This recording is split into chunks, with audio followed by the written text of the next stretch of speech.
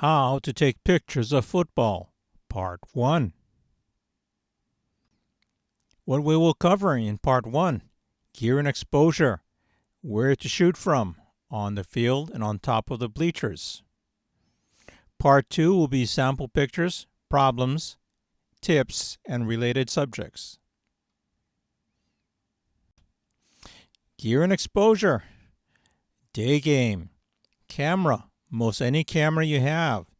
Lens depends where you are shooting from. On the field, 18-140, 70-300, or 18-400. From on top of the bleachers, 18-400, 100-400, or 150-600. Exposure, mode T or SV, shutter priority, 1/1600th of a second, ISO auto. Night games. Please see the video, how to take pictures at night games. Camera. You want a camera with a high ISO of 25,600 or more. Your lens. 70-200, 2.8. Or if your stadium has enough light, 70-200 f4. Exposure, mode S or TV, shutter priority. Speed, 1/1000th of a second, ISO auto. Or shoot with mode M, manual, 1/1000th of a second, aperture, wide open, ISO auto. Shutter speed, no slower than 1/500th of a second. Other gear, monopod for the heavy lens. Exposure, always test your exposure before the game and make any needed adjustments. As the sun sets and the light changes, test the exposure again, adjust if needed. Where to shoot from? Two basic places, on the field and from the top of the bleachers. On the field, we're going to be discussing lighting, midfield locations, and inside the 30. Lighting. In the afternoon, you want to shoot with the sun to your back, not towards the sun. Watch out for afternoon glare from the sun off the visitors' bleachers on the east side of the field. At night, near the goal, there is less light than in the center. Once the sun goes down, shooting from behind the goal line can put the faces in deep shadow. Midfield positions. Offense. 15-40 yards in front of the line of scrimmage and 5-10 yards behind the line of scrimmage. Shooting positions are indicated by the red diamonds in this picture. But you notice on one side there's another red diamond and you see the diagonal lines. The first diagonal line is if the team is lined up on the markers close to you. That second diagonal line is if the team is lined up on the second marker, further from you. If you look at those diagonal lines, they're parallel to each other. So that second diamond that's sitting further back, that's compensating for the fact that you have to shoot them further from your sideline. So to keep that same angle on the quarterback, let's say, you're going to have to move further down the field. From behind the line of scrimmage, the pass and the handoff. In front of the line of scrimmage, caution in the team box. What is the team box? The team box is in that black rectangle, and it is where the team and the coaches are restricted to during a football game. Access to the team box depends on a lot of things. The school, the level of play, let's say high school versus college versus pros. In pro, you probably cannot get into the box. In high school, good chance you can. Next thing is the coaches. You want to stay away from the coaches so you do not disturb them. If the coach is walking towards you, Move around so the coach does not have to go around you. You go around the coach. Basically, you're a guest in his team box. Next, do not disturb the coach. Next, be careful of who is behind you. If you go into the team box and you see that line of football players there, you're trapped. If a play comes toward you, you can't get away and you're going to be crushed against that line of players. So if you go into the team box, make sure there's nobody behind you so you can get away from an action that's headed straight towards you. Midfield position, defense. For defense, I stay in front of our team. That way I can see the faces or the front of our team as they come up against the opponent. If you go behind them, you're just going to get their backs.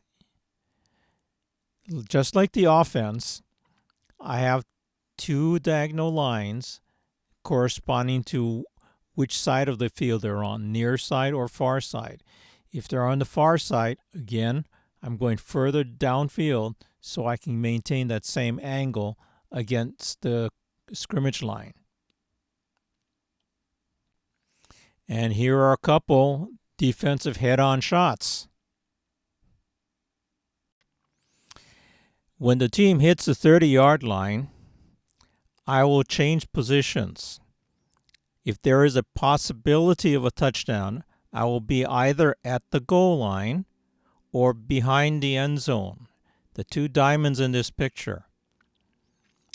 From the goal line, I can shoot along the goal line to catch a runner going across the goal line. From here, I can also shoot the team back on the 30. From behind the goal line, I can shoot the team back on the 30 or a head-on shot of the runner as the runner is headed towards the goal line. From just behind the goal line, this pair of pictures is on the right, the quarterback throwing the ball. On the left, the receiver just catching the ball inside of the end zone. You can see the goal line just to the right of the receiver. And you've got a touchdown. In this case, this is one of the few pictures that I've set up as a collage with two pictures. The individual pictures are interesting, but they don't show the whole story. Put together as a collage, you have the pass from the quarterback and the reception for the touchdown.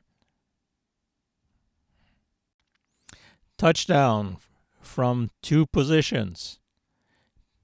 Picture left, from the goal line. He's just gone over the goal line.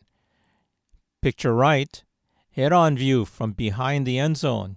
He's coming over the goal line. So you can see the perspective difference of the two positions. Problems when shooting at the goal line and from behind the end zone. Goal line problem. Look at the referee on the left side of this picture. He is standing on the goal line. If you happen to be shooting on the goal line, he's going to be blocking your shot of the runner as he crosses the goal line. So you want to offset from him 2-5 yards so you can shoot around the ref. At some schools, the lighting is poor inside the 10 or 15 yard line where the last light stand is located. This picture shows you the view from outside the end zone of players in that shadow area. The front of the person facing the camera is in shadow. Sometimes it can be very deep shadow. From this position, I usually shoot it only during the day when I've got sunlight on the front of the players.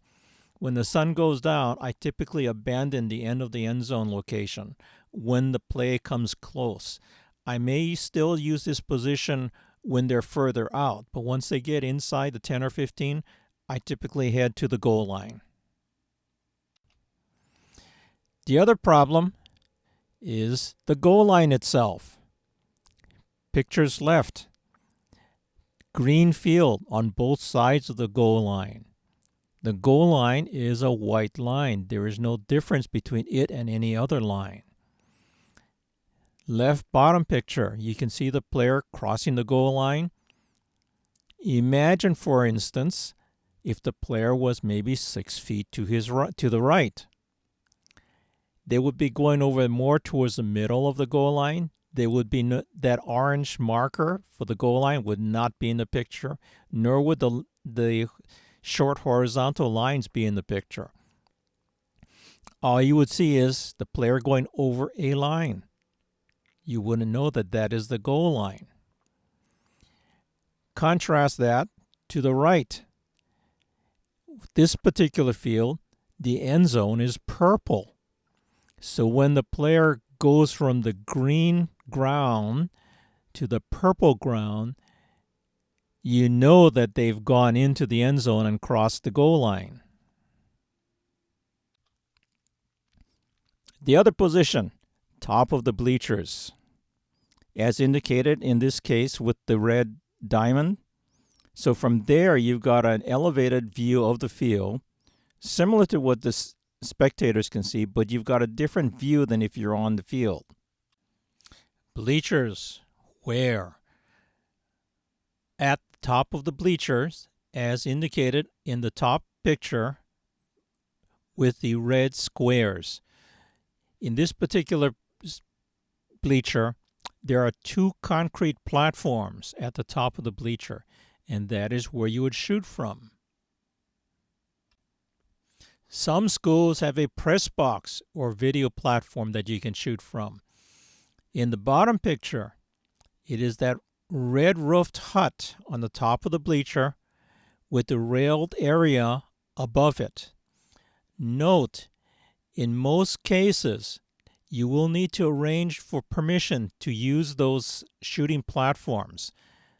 It may be locked or the access to it may be restricted in some form. So if you want to use it, you need to arrange for it in advance. If this is your school, arrangements can be easier. If you are going to an away game, arrangements will be more difficult because you'd have to figure out who to ask for access.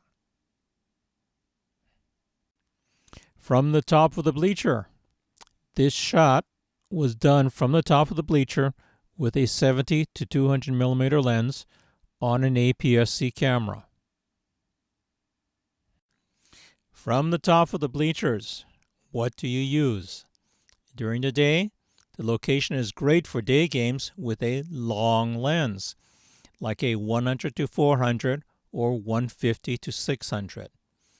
At night, your 70 to 200 2.8 night lens has a limited maximum range that you will exceed from the top of the bleachers.